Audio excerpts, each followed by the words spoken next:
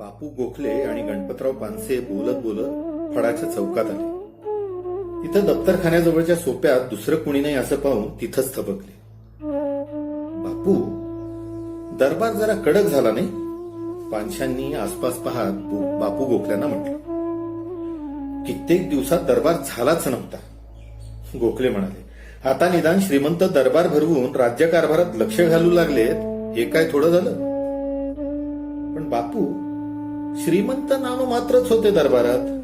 म्हणजे पेशव्यांचे कारभारी भाऊ, पण ते निस्तेज बसून होते. सारा कारभार त्रिंबकजी डेंगळेच पाहत होते. खरं आहे ते गणपतराव. अलीकडे त्रिंबकजीचं प्रस्थ भलतच वाढलंय इथल्या राजकारणात. नुसतं प्रस्थ वाढलं नाही बापू, पण श्रीमंतांचं त्याच्याशिवाय पान हलत नाही असं झालंय. हे लक्षण काही ठीक नाही. त्रिंबकजीनं भर दरबारात चढेल भाषा वापरली हे खरं गणपतराव, पण त्याचा मुद्दा बरोबर होता असं मला वाटतं.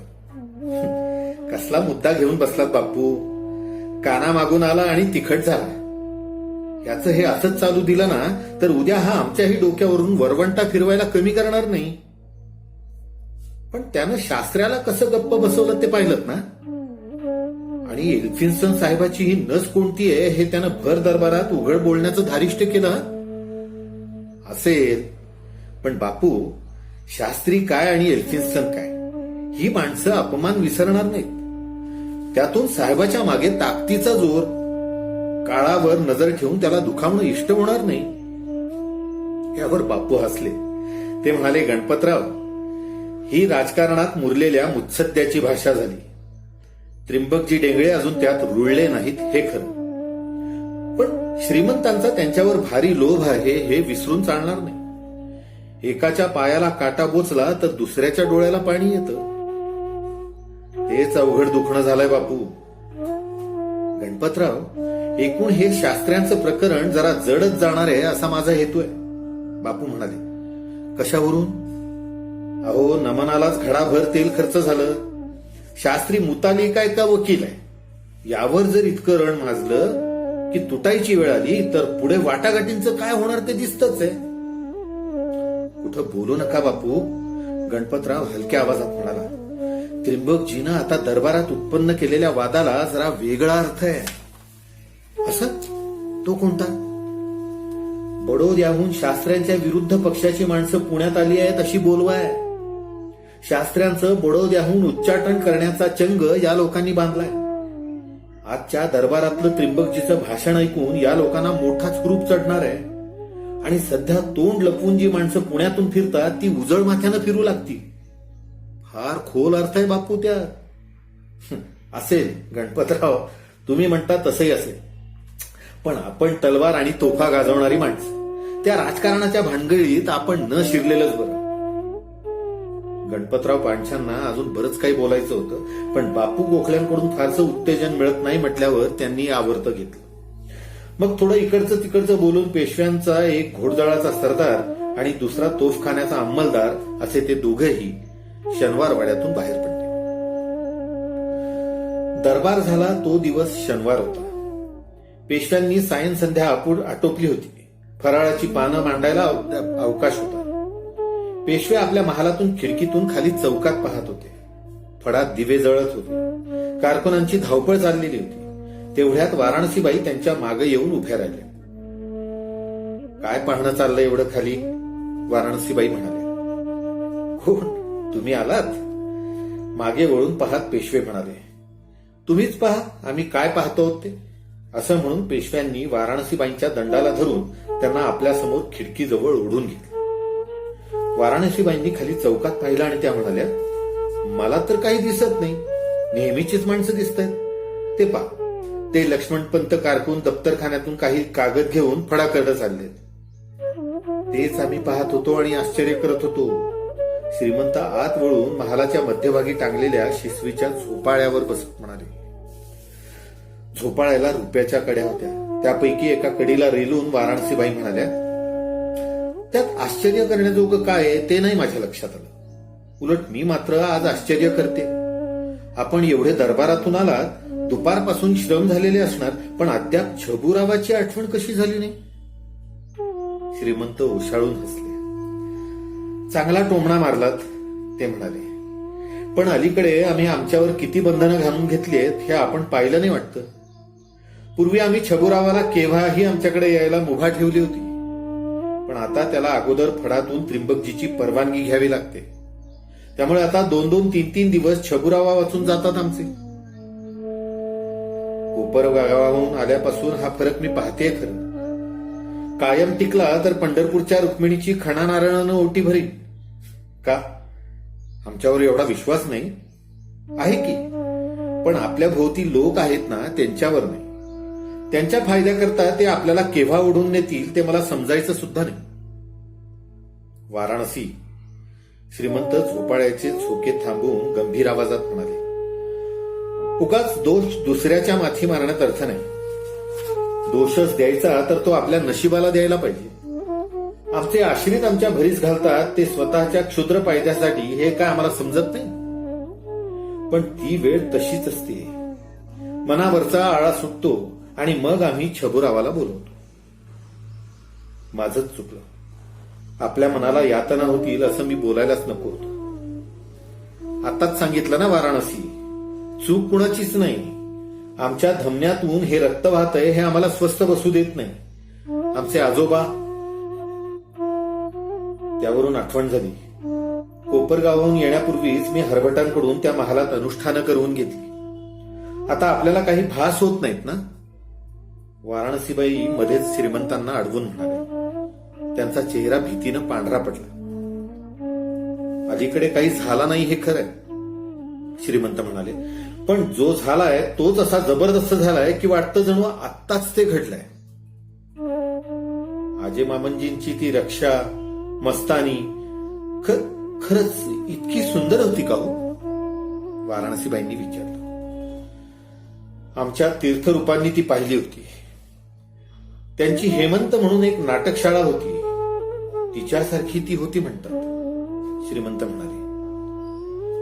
आम्ही शनिवारवाड्यात प्रथम प्रवेश केला, त्यानंतर शुद्धातल्या चतुर्दशीला मध्यरात्री आम्हाला प्रथम तिचा आवाज त्या महालातून ऐकू आला. मी नव्हते त्यावेळी, पण मुदबकातला पांडोबा कधी सांगतो त्या हकीकती. आपण उघडे बोडके आपल्या महालातून रात्री निघालात. वाटेत चौकी पहाऱ्यावरचे लोक आश्चर्यानं पाहत होते. आपण थेट मस्तानीच्या महालात गेलात, पण त्या आठवणी नकोतच. माझ्या तर अंगावर काटाच उभा राहतो. समोर अस्मानी महालाची खिडकी दिसत होती.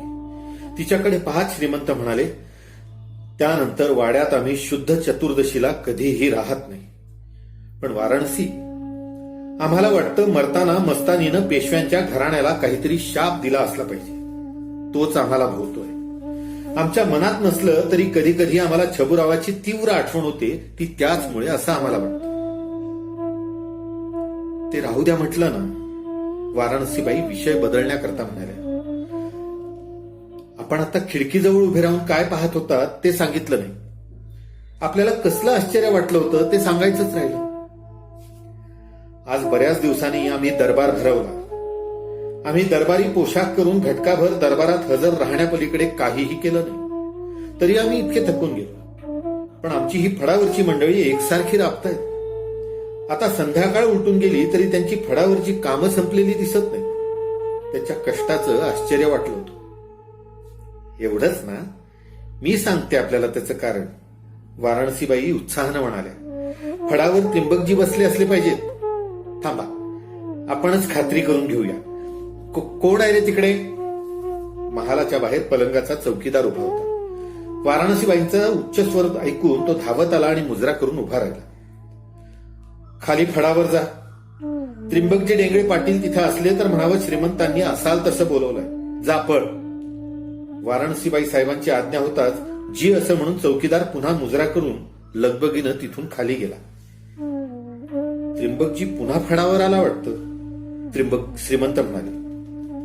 तेच पाहूया. वाराणसीबाई महालाच्या दरवाजाकडे पाहत म्हणाले. थोड्या वेळानं त्रिंबकजी वर महालात येऊन श्रीमंतांपुढे मुजरा करून उभा राहिला. त्याच्या अंगावर अद्याप दरबाराचाच पोशाख होता. त्रिंबकजी, तू दरबाराला आलास तो अद्याप इथंच आहेस? श्रीमंतांनी आश्चर्यानं विचारलं. होय श्रीमंत, आपलं तातडीचं बोलावणं आलं म्हणून तसाच वर आलो. त्यामुळं पोशाख बदलायलाही वेळ नाही झाला. श्रीमंत आणि वाराणसीबाई यांच्याकडे आळीपाळीनं पाहत त्रिंबकजी म्हणाला. झाली ना आता खात्री? वाराणसीबाई श्रीमंतांना म्हणाले. एवढ्या फडावर रात्रीचं काय काम चाललं होतं त्रिंबकजी? श्रीमंतांनी विचारलं. आज दरबार झाला, त्याचा सारा हिशेब जमवित होतो. मग त्याची आताच काय जरूर होती? उद्या झालं असतं. उद्याही कामं आहेतच.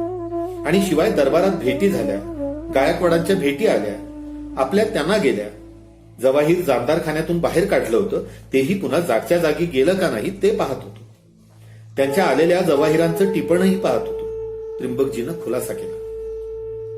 त्रिंबकजी, गायकवाडांनी पेशव्यांना भेटी तर खूपच पाठवल्या, पण त्यांनी आम्हाला काही पाठवलं की नाही? गहिनाबाई, तख्ताबाई आम्हाला विसरल्यात की काय? वाराणसीबाईंनी हसून विचारलं.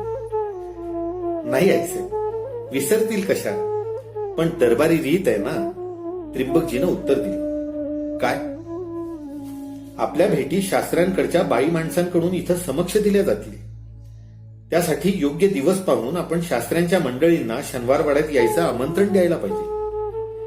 ती रीत आम्हाला ठाऊक आहे त्रिंबकजी, पण दरबारात पेशव्यांच्या भेटीबरोबर आमच्या भेटींची यादी दिली जाते ना?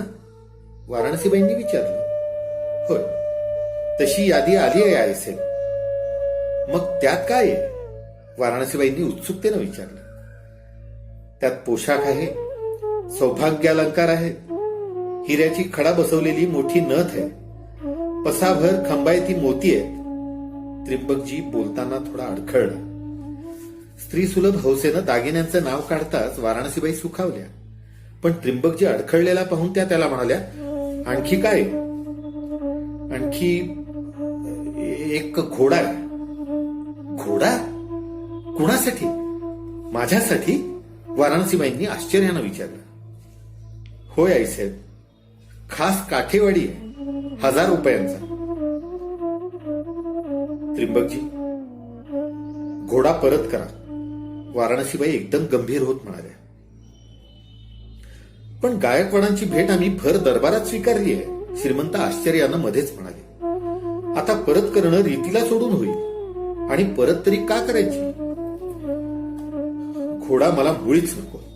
कुणी सांगितलं गायकवाडांना की मला घोड्याची हौस आहे म्हणून? वाराणसीबाई द्वेषानं म्हणाल्या.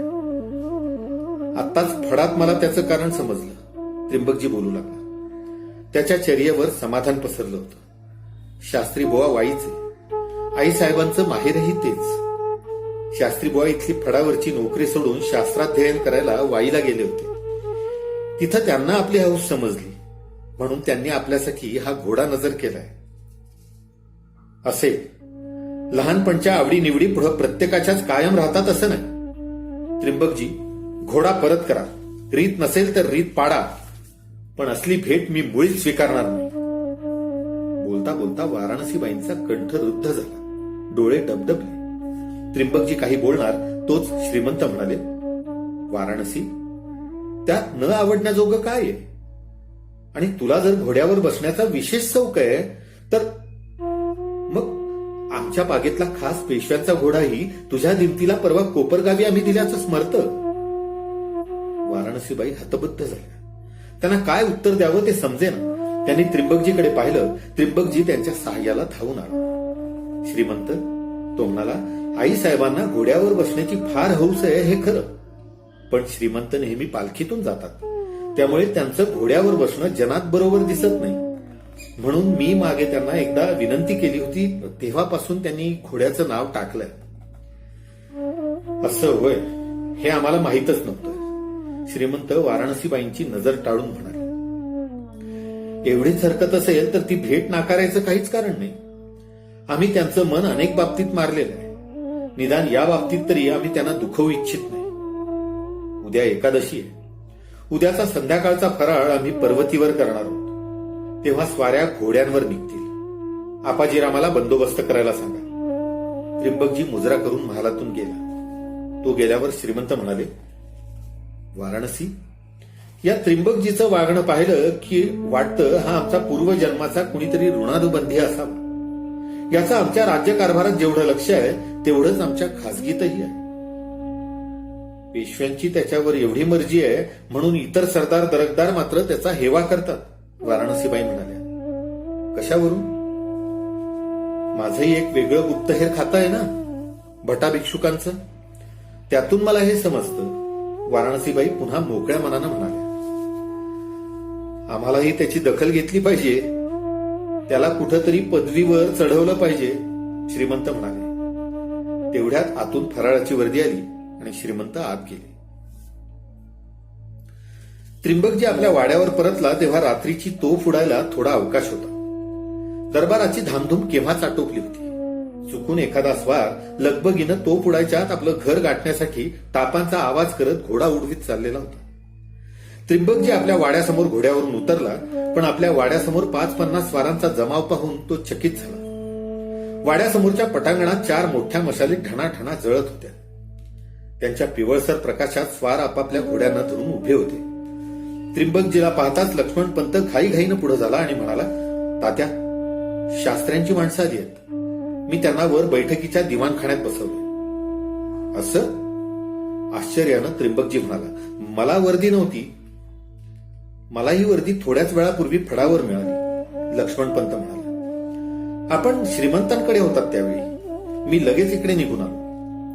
कशासाठी आलीत ती माणसं? आपल्याला भेटी आणल्यात त्यांनी. वर दिवाणखान्यात रावजी मराठे, बापू मैराळ आणि शास्त्र्यांचा एक कारकून बैठकीवर बसले होते. बाजूच्या दालनात शास्त्र्यांचे 2 शागिर्द भेटीची आच्छादलेली तबकं घेऊन बसले होते. त्रिंबकजीला पाहताच बसलेली मंडळी उठली. रामराम झाल्यावर त्रिंबकजी म्हणाला, मैराळ बापू, शास्त्री बुवांचा माझ्यावर फार राग झाला असेल नाही? राग? पाटील, राग कशाबद्दल? मैराळ आश्चर्यानं म्हणाला. पेशव्यांनी त्यांना दरबारात मुतालिक म्हणून मान्यता दिली नाही तेव्हा दाजी रागावले असतील, त्रिंबकजी म्हणाले. छे छे, दरबारातल्या गोष्टी तिथंच राहिल्या, मैराळ म्हणाला. शास्त्री बुवांनी आपल्याला नमस्कार सांगून ही भेट पाठवली आहे, त्याचा स्वीकार करावा. बापू मैराळानं शागिर्दानं समोर आणून ठेवलेल्या तबकावरचा रुमाल बाजूला केला. चांदीच्या तबकात किनखाब, तिवड, महमुदी आणि एक काठेवाडी पिळाची जरीची पगडी होती. दुसऱ्या तबकात मोहरांच्या 2 थैल्या होत्या. शास्त्री बुवांचा आणि आमचा स्नेह तसा फार जुना आहे, त्रिंबकजी जरा वेळानं म्हणाला. नाना फडणीसांच्या वेळी शास्त्री बुवा होते, तेव्हापासून मी त्यांना ओळखतो. बापू मैराळ आणि रावजी मराठे, तुम्ही माझा निरोप शास्त्री बुवांना सांगा. त्यांना म्हणावं, तुमच्या दरबारी कामाचा गुंता रीतीप्रमाणे उकलेल, त्याची चिंता करू नये. पण त्रिंबकजीला तुमची मैत्री हवी आहे. बडोद्याला मोठं नाव कमावून तुम्ही पेशव्यांच्या पुण्यात आलात. तुमची कीर्ती शुक्ल पक्षातील चंद्राप्रमाणे वाढावी आणि तुमच्या मनातील हेतू सफल होऊन मोठ्या गौरवानं तुम्ही बडोद्याला परत जावं, ही आमची इच्छा आहे. पाटील, आपला निरोप आम्ही उभयता शास्त्रीबुवांच्या कानावर घालूच, पण शास्त्रीबुवांनीही आपल्याला निरोप पाठवलाय. इथं पुण्यात ते आपल्या स्वतःच्या घरातच असल्यासारखं समजतात. परकीपणा त्यांच्याजवळ नाही. आपणही धरू नये अशी त्यांची इच्छा आहे. ती खातरजमा माझ्यातर्फे तुम्ही करावी.